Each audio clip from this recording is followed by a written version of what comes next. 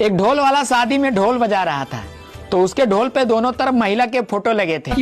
ये देखकर एक दादाजी बोले, अरे बेटा तुम तो सुंदरता के पुजारी लगते हो। ये सुनकर ढोल वाला बोला, सुंदरता की कोई बात नहीं है दादाजी, दरअसल बात ये है कि एक तरफ मेरी सास की फोटो है और दूसरी तरफ मेरी बीबी की। घर पे मौका मिलता नहीं, इसीलिए यहाँ दना दन बजा देता हूँ। सुनो जी, एक बात बताओ, शादीशुदा मर्दों को हमेशा पड़ोसन ही क्यों अच्छी लगती है? शादीशुदा बीवी की 365 रातों की कहानी सुन।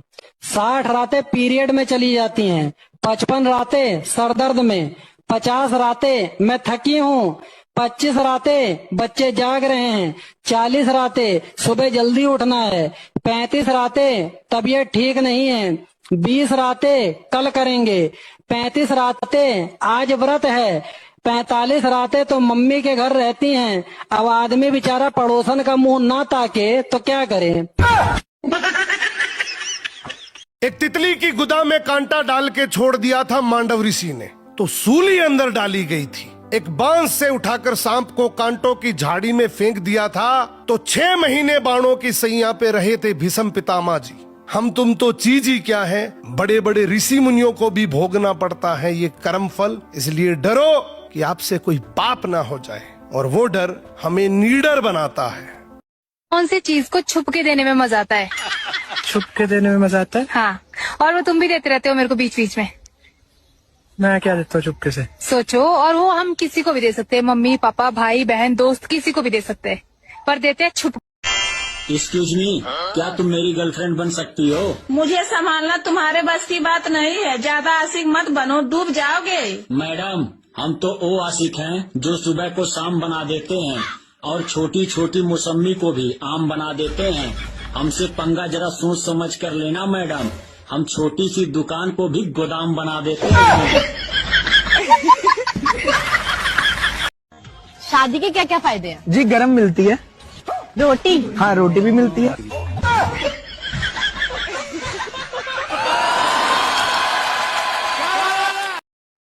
सुहाग रात के दिन दुल्हा ने दुल्हन की आंखों में किस करते हुए बोला कि तुम्हारी आंखें मोहब्बत की किताबें हैं। तो दुल्हन ने बोली, हाँ तू किताबों में ही उलझे रहो, नीचे लाइब्रेरी में तो आग लगी है। आपने कभी किसी से प्यार किया है? हाँ किया तो था। अच्छा, कहाँ है अब उसकी शादी हो गई। अच्छा, एक बात बोलो, बुरा तो नहीं मानोगे? यार वो धोखेबाज निकली। नहीं यार, उसे धोखेबाज मत क्यों। अच्छा, इतना प्यार करते हो? हाँ यार, जिस दिन शादी का कार्ड देने आई थी ना, उस दिन भी देकर गई थी।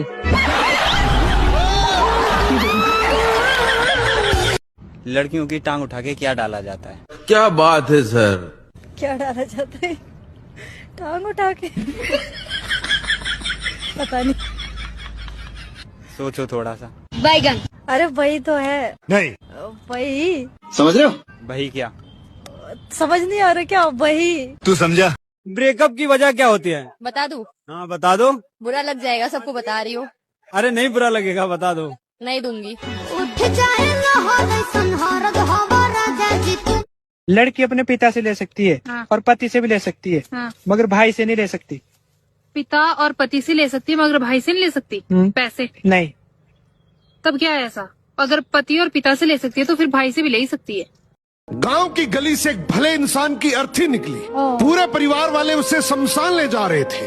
अचानक एक अमीर सेठ ने बीच रास्ते में अर्थी रोक दी और बोला, इस आदमी पर 10 लाख रुपए का कर्ज है, पहले मेरा कर्ज चुकाओ तभी इसे शमशान ले जाने दूंगा।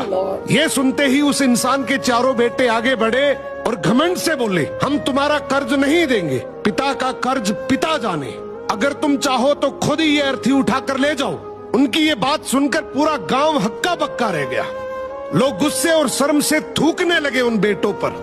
तभी ये खबर उस आदमी की बेटी तक पहुंची। वो दौड़ती हुई आई, आंखों में आंसू बह रहे थे। उसने बिना सोचे समझे अपने सारे गहने और जो भी उसके पास पैसे थे सब सेठ के आगे रखकर बोली, अगर इससे भी आपका कर्ज पूरा नहीं हुआ तो मैं पूरी जिंदगी भर मेहनत करके आपका कर्ज जरूर चुकाऊंगी, बस मेरे बाबा की अर्थी को जाने दीजिए।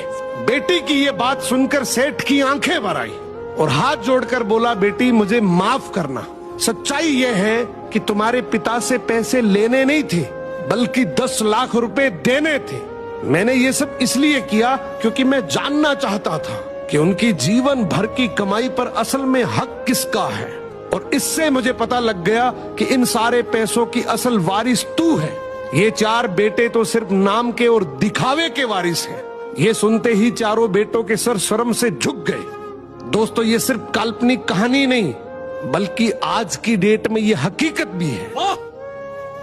40 के बाद आदमी कितना पढ़ा लिखा है या अनपढ़, इसकी कोई वैल्यू नहीं है। कई बार आप जब सब्जी वाले या चाय वाले के पास खड़े होते हैं और आपको अचानक पता लगता है कि इसकी इनकम तो मेरे से भी बहुत ज्यादा है और वो भी टैक्स फ्री, तो बड़ा धक्का लगता है। 50 के बाद कोई कितना ही सुंदर हो, उसका चेहरा इतना बिगड़ जाता है कि जैसे दुनिया का सबसे बदसूरत व्यक्ति हो। तो 50 के बाद सुंदरता की कोई वैल्यू नहीं है। 60 के बाद आप कितने बड़े ऑफिसर पोस्ट पर हो, आपके एक साइन से ये पूरा सिटी चलता था, पर अब आपको वहाँ का जो गार्ड है, चपरासी है, वो भी सलाम नहीं करेगा। तो 60 के बाद बड़ी और छोटी पोस्ट की कोई वैल्यू नहीं है। 70 के बाद आपका छोटा घर है या बड़ा घर, इसकी कोई वैल्यू नहीं है, क्योंकि जब घुटनों में दर्द होता है तो बड़ा घर ज्यादा तकलीफ देता है। इस रूम से उस रूम में या नीचे वाली बिल्डिंग से ऊपर वाली बिल्डिंग में, तो यहाँ छोटा घर ही आराम देता है। 70 के बाद छोटे या बड़े घर की कोई वैल्यू नहीं रहती।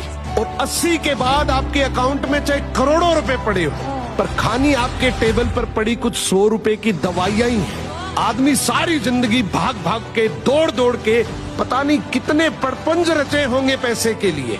देखो, ये जो हमारे दिमाग में थीम बैठी हुई है ना, अपना टाइम आएगा या हम उस टाइम एंजॉय करेंगे, असल में हो ये रहा है कि हम हर दिन बुढ़ापे की तरफ जा रहे हैं और बुढ़ापे में हमें सिर्फ स्ट्रगल करना है बीमारियों से और कुछ नहीं।